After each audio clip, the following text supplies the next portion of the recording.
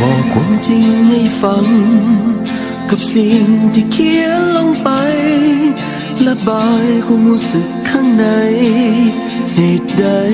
จึงจากกันให้ลืมสิ้นความผูกพันภาพนั้นให้เลือนหายลับตาบ่อยากเผชิญหน้าล่ำลากับความเสียใจจดหมายที่เขียนลาว่าข้างมอนที่เคยมันนอนจิตทอดทอนสั่นคลอนจิตใจเสื่อมคลายเศร้าวันใหม่ภาพคงเลือนหาย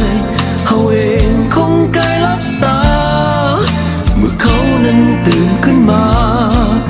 คงพบว่าเฮาจากไป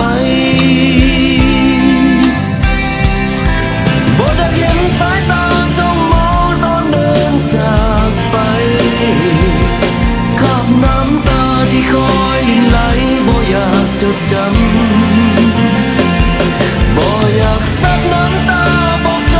คอยต่อว่ากันเมื่อเขาลืมตาขึ้นมาตอนนั้นคงพบว่าเฮาจากไปเจ็บปวดรุนแรงกว่านี้บ่อยากเป็นตัวรำคาญทรมานทนอยู่ต่อไปเสียน้ำลายไปบ่อยากเก็บกินจะขอเป็นคนใจหินจากไปบ่คิดทวนมาฝืนทำให้เสียน้ำตาทรมานหัวใจต่อกันทั้งสองฝ่าย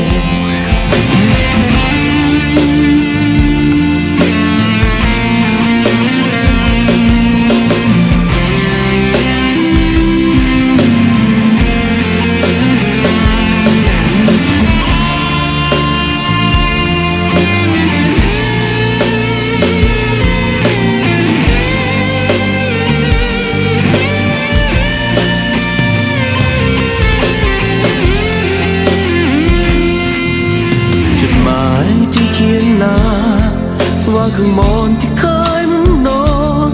จิตทอดทอนสั่นคลอนจิตใจเสื่อมคลายเศร้าวันใหม่ภาพคงเลือนหายเฮาเองคงใกล้ลับตาเมื่อเขานั้นตื่นขึ้นมา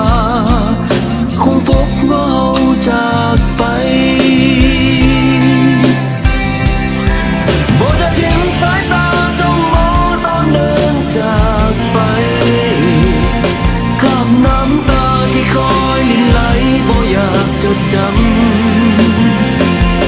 บ่อยากซับน้ำตาบอกใจ